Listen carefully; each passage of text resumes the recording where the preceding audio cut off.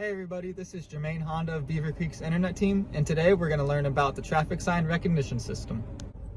Have you ever been in an area where you're not sure what the speed limit might be? Well, Honda's got another trick for you. You're going to go to your vehicle dash display here, and you're going to go to vehicle settings. You're going to use this scroll icon to filter through. Click till you find and scroll down to driver assist system setup. You're going to scroll all the way down until you find traffic sign recognition. You're going to turn that on, and below that is going to be the speed limit warning.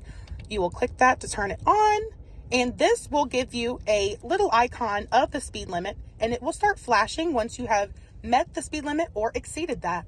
Alrighty, so now that we are in motion, you will see that there is the speed limit on the icon there on the dash. And once we go over the 25 miles per hour, it will start flashing. Thanks for stopping by, and we'll see you next week.